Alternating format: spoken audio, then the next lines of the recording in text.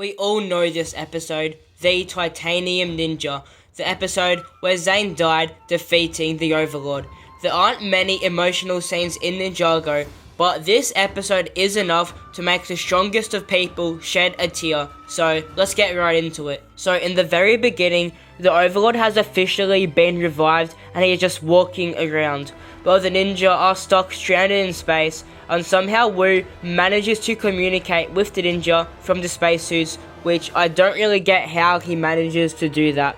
There must be something in that tea he's drinking all the time. Anyway, they then decide to build a rocket ship. It basically went a little bit like this. Hey, we should build a rocket ship. Good idea. How hard could it be? So they then build it in the quickest montage I've ever seen, and they start to head back to Ninjago.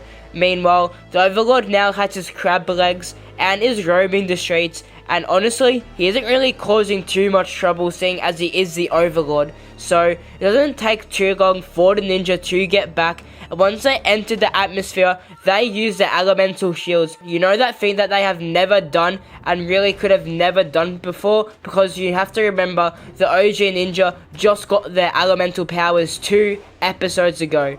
Anyway, Pixel must be tracking them somehow because she brings their vehicles right to them, and while they are doing this, the Overlord has turned Ninjago City into a fortress by giving the buildings a growth spurt. And Overlord, you know, if you ever have the chance, is there any way you could give me one of those? Anyway, back on topic.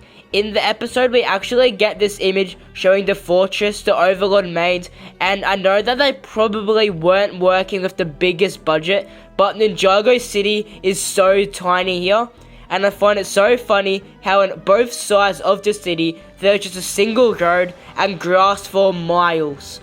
But we also get another communication which doesn't make much sense, but this time it is Cyrus Borg with Wu, who says that he has something to show them at the Temple of Fortitude. So the ninja blasts through the buildings, but it doesn't take long for some action to occur because Nia immediately gets shot down. So the ninjas go to try and save her, but they then run into the huge Overlord and they start running away. And you would think this is a race that the ninja would have no hope of winning, but you would be wrong. Even though the Overlord is doing the biggest spinjitzu of all time, he actually can't catch up to any one of the ninja who are just running on foot. Does the Overlord even want to destroy Ninjago, or is he just playing around? So the ninja make it into the temple just in time, and Cyrus Borg shows off his shrinking pill, and Garmadon really seems to want to know if it works. And speaking of Garmadon, he and Wu come up with a plan to give the pill to the Overlord, and they also reminisce about their temple run ball days. I am guessing that is Ninjago's version of baseball. So the ninjas suit up into their stone warrior suits, and Lloyd must have snuck in a few episodes ago and got here a bit early. But while this is going on, Nia is still in the city fighting Cryptor. She manages to make Mindroid and Cryptor fight each other and escape. So, with their plan, the ninja make their way to the Overlord, and he somehow turns into Lord Vortek. Only real ones know who I am talking about. Anyway, the ninja casually run through some cars, and then the Serpentine help the citizens of Ninjago by bringing them into their sewers.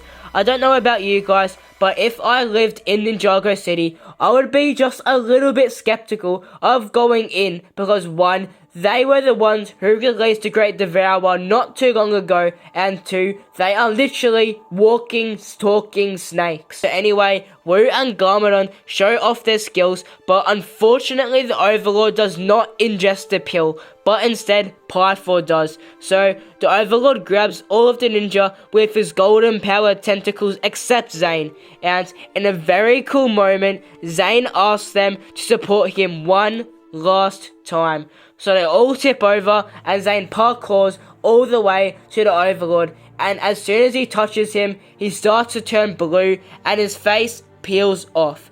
But somehow, Zane turns the Overlord's tentacles green, which releases the other ninja, and right after that, the sad part of this episode starts up, which is when Zane's flashback starts, because we all know what is about to happen now. So Zane ends up defeating the Overlord, as we all know, but he had to destroy himself in the process. Later, Cole finds half of Zane's face on the floor, and Nia starts crying and puts her head on Cole's shoulder, and Jay is not happy with that. But then they have Zane's funeral, and I've got to feel bad for the guy, because out of all of Ninjago City, only like 30 people decided to rock up, and not even Pixel bothered to go. I also gave a pretty good speech, and I like the detail with the falcon landing on the statue of Zane's shoulders, and it also starts snowing for some reason. So anyway, it cuts to Pixel staring through the window of Borg Tower, and then videos of Zane start playing on the screens, which makes us think that it is actually kind of similar to how the Overlord came back. So she then runs down to the factory floor and smiles, which I'm guessing means that she saw Zane in his new titanium form, which is pretty cool. So in the comments, let me know if this episode made you cry, and also check out this video where I counted down the saddest moments in Ninjago. See you later, be Ninja.